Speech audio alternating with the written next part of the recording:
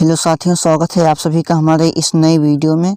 तो भाई आज हम आपको बताने वाले हैं फिजिक्स क्लास 12th का। आज हम पढ़ेंगे चैप्टर 1 जो है अध्याय 1 विद्युत आवेश तथा क्षेत्र। तो चलिए इसको हम आसान भाषा में समझते हैं, एक एक करके हम पढ़ते हैं। तो पहली हेडिंग है भाई विद्युत आवेश। तो विद्युत आवेश किसे कहते हैं? तो विद्युत आवेश भाई यहाँ पर हमने लिखा विद्युत आवेश किसी पदार्थ का वह गुण है जिसके कारण उसमें विद्युत या चुंबकीय क्षेत्र उत्पन्न हो जाते हैं भाई, उत्पन्न हो जाते हैं। विद्युत क्षेत्र किसी आवेश का वह पदार्थ जिसके कारण उसमें विद्युत क्षेत्र या चुंबकीय क्षेत्र या विद्युत क्षेत्र उत्पन्न हो जाता है भाई। आवेश दो प्रकार का होता है, धनावेश यानी पॉजिटिव चार्ज और ऋणात्मक आवेश यानी निगेटिव चार्ज। तो आइए हम देखते हैं धना आवेश के बारे में, यानी धनात्मक आवेश। धनात्मक आवेश भाई देखेंगे। धनात्मक आवेश किसी पदार्थ में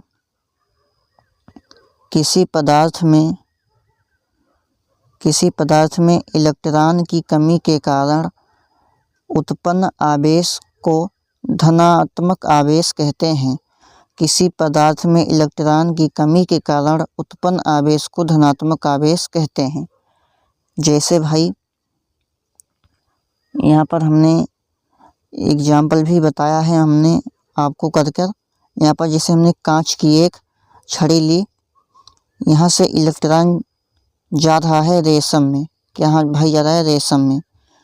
घर्षण कराए हम आपस में रखकर, तो इसमें कांच का जो इलेक्ट्रॉन है रेशम में जा रहा है, जिसमें भाई इलेक्ट्रॉन की अधिकता हो रही है और यहाँ से भाई इलेक्ट्रॉन निकल रहा है। यहाँ पर क्या हो रही है? कमी हो रही है। जहाँ पर इलेक्ट्रॉन की कमी होती है भाई वहाँ पर क्या होता है? धनात्मक आवेश होता है। तो यहाँ पर कमी हुई तो यहाँ पर क्या हो जाएगा? धन आवेश, धन आवेश। और यहाँ पर भाई रेशम में या वाले में क्या हुआ? अधिकता हुई तो क्या हो जाएगा? ऋण आवेश। ये हो गया धनावेश। कांच क्या हो गया? धनावेश। ये क्या हो गया भाई? ऋण आवेश। यानी हम कह सकते हैं ऋणात्मक आवेश में इलेक्ट्रॉनों की अधिकता होती है।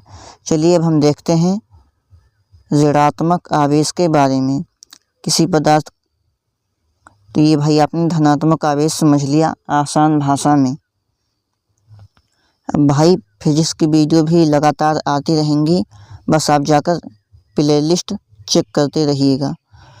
तो ऋणात्मक आवेश अब हम पढ़ेंगे।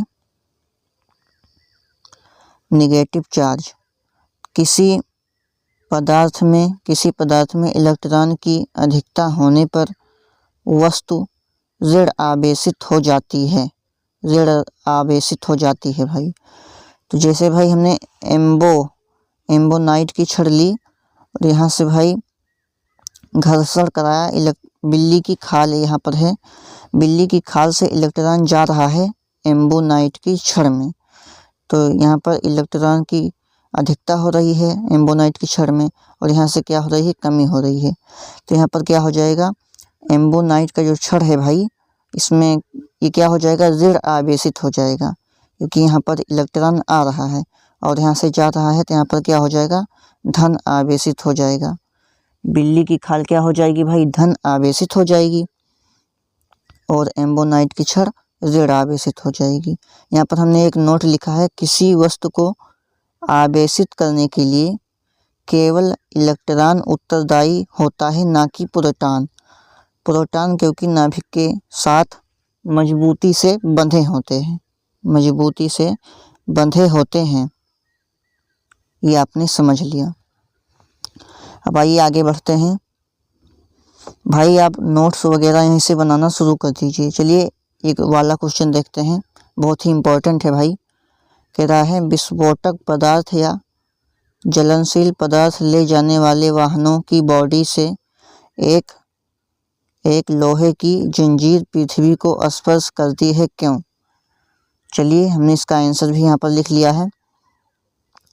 तो क्यों हम यहाँ पर बताते हैं। उत्तर, जब वाहन सड़क पर गति करते हैं तो हवा के घर्षण के कारण वाहन की बॉडी आवेशित हो जाती है और साथ ही साथ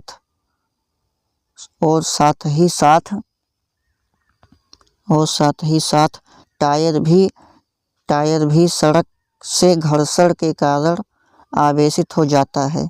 ये लोहे की जंजीर इन्हीं आवेशों को पृथ्वी में विसर्जित करती है, अन्यथा वाहनों में आग लगने की संभावना बनी रहती है भाई, बनी रहती है। तो ये आपने ये भी क्वेश्चन को समझ लिया जो कि बहुत इम्पोर्टेंट था। चलिए तो भाई आज के लिए बस इतना ही, मिलते हैं अगली वीडियो में। तो अगली वीडियो भी आने वाली है जल्द ही। फिजिक्स क्लास 12 भाग 1 हम शुरू किए हैं, तो भाग 1 पूरा पढ़ा देंगे, तभी हम सेकंड पेपर को शुरू करेंगे। मिलते हैं अगली वीडियो में, तब तक के लिए बाय।